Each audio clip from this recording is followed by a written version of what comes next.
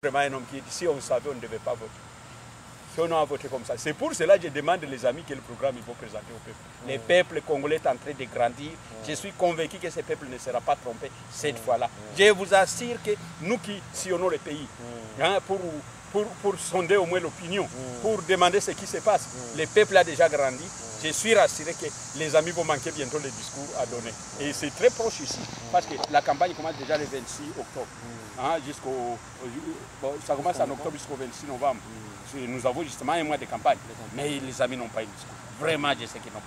Mais ce qu'ils ont, ils vont menacer, ils vont vouloir tuer des leaders, ils vont vouloir... c'est ça des menaces. Et je crois que l'opinion internationale pourra s'y investir vraiment et pour la protection de tous les hommes et tous les politiciens du pays. Et c'est surtout cela qui milite pour les gens. Vraiment, il y a les gens qui nous disent que le pays est occupé. Depuis que l'avènement de Ardel, RCD, l'accession de Joseph Kabila au pouvoir, la situation qui se passe actuellement à l'est du pays, il y a les gens qui nous disent que le pays, jusqu'à présent, est occupé et que rien ne peut aller sans le Rwanda. Mon cher Sombé, quelle est la position de Miden par rapport à cette situation? Je voudrais vous dire ceci. Vous êtes quelque part là-bas. Vous avez votre maison. Vous y avez mis à manger plein. Hein, il y a des viandes qui pendent, il y a, je ne sais pas, tout ce qu'il y a nécessaire pour manger qui pendent là-bas. Et à côté, tu es entouré par quelqu'un qui est très pauvre, qui n'a rien, qui n'a pas mangé. Croyez-vous que je vais vous laisser dormir? Même moi-même, je vais entrer chez toi. Alors moi, je n'ai jamais condamné les autres parce qu'ils ont entré quelque part où il n'y avait rien.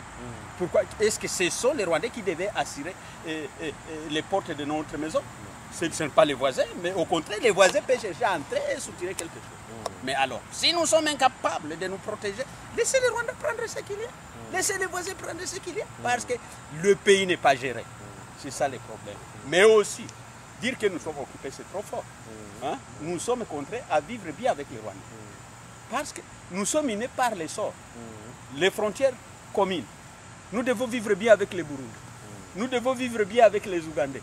Nous devons vivre bien avec les Angolais, les Zambiens, les Congolais de Brazzaville, de République centrafricaine. Tous les 9 pays qui font le contour de notre pays, nous devons avoir de très bonnes relations. Sans quoi, karma, nous ne pouvons pas prétendre à quoi que ce soit.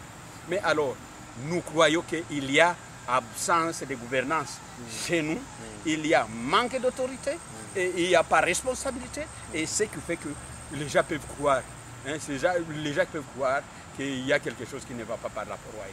Mais si une fois l'autorité de l'État est rétablie, carrément il y aura de bonnes relations avec les pays voisins. Et c'est tout, et le pays va aller de l'avant. Mais quant à dire que nous sommes dominés, pour quelle raison? Où est-ce qu'ils étaient les Congolais pour se faire dominer? Il y a les gens, bon, souvent on parcourt l'Internet pour en connaître un peu sur la situation de notre pays. Il y a ce qu'on appelle tolérance zéro au sein du gouvernement. Qu'est-ce que cela veut dire? Est-ce qu'il y a quelque part le gouvernement qui travaille et qu'il y a des bateaux dans les roues en provenance de quelque chose? Il y a quelque part, moi je ne sais pas. Il y a tolérance zéro. J'ai donné l'exemple de certains dirigeants qui ont bien géré leur pays. Nous les avons vus prendre des décisions responsables. Hein? Mais alors, si nous pouvons dire que la gestion des pouvoirs, il y a des bateaux qu'on pointe dans les roues, c'est très fou. C'est ne savoir pas ce qu'on doit faire. Parler tolérance zéro, c'est un des slogans, comme tant d'autres qui ont déjà été déclarés. C'est un slogan, tolérance zéro. C'est tolérance zéro, c'est un slogan qui peut être chanté même 10 fois pendant qu'on vole. Hein? Vous savez ce que c'est dit? C'est Mouyamouze. Vous savez ce que cela veut dire? C'est Mouyamouze, c'est-à-dire, quand un investisseur veut venir chez nous, il y a d'abord, il va entrer en contact avec le ministère. Le ministre va dire, oh mon cher, 40%. 40% du budget du projet, c'est ce que vous devez donner. C'est ma part avec Sehemou Yamouze. Ça, c'est... Est-ce que ça ne favorise même pas la création de l'emploi dont nous avons promis? Et à cet temps-là, l'investisseur, lui, les débouche chemin, il s'en va ailleurs. Mais c'est ça le grand problème que nous avons. Mon cher bien-aimé, tolérance zéro. En tout cas, c'est pour les pokers, les petits là qui se tirent au marché par la famine. Il y va, il touche dans les paniers d'une femme, il prend, je ne sais pas, $1, il prend. Mais c'est ça, c'est pour eux la tolérance zéro. Mais la tolérance zéro, les grands voleurs, vraiment, ils roulent dans des jolies voitures, dans des grandes villes. Et c'est ça. Ils ne sont pas poursuivis, ils ne sont pas pris. Ils ne sont pas pris. Ils ne sont pas pris. Au contraire, quand on vole au Congo, c'est pour s'attendre à une promesse. On est promis, on occupe un grand poste déjà par rapport à ce qu'on occupait parce qu'on sait bien travailler. C'est ce qui se passe. Il y a la mondialisation. Il y a aussi une politique étrangère que votre parti doit nécessairement avoir dans son projet de société. Et il y a les gens qui disent que rien ne peut se donner comme pouvoir en Afrique sans pour autant consulter l'Occident.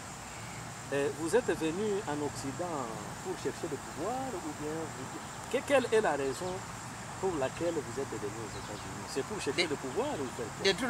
De toutes les façons, ce ne sont pas les États-Unis qui vont me donner le pouvoir. Moi, je suis un leader congolais. C'est le peuple congolais qui va me donner le pouvoir. Mais comme nous ne pouvons plus marcher dans le vase clos, j'ai été contraint de contacter aussi l'extérieur. C'est-à-dire, quand j'arrive ici, c'est une sortie diplomatique.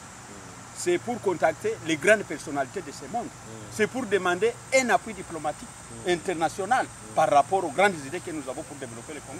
Parce que nous en sommes capables de développer le Congo. Nous avons de grandes idées. Nous voulons l'appui de la communauté internationale. Nous voulons l'appui surtout de ces grands pays qu'est les États-Unis.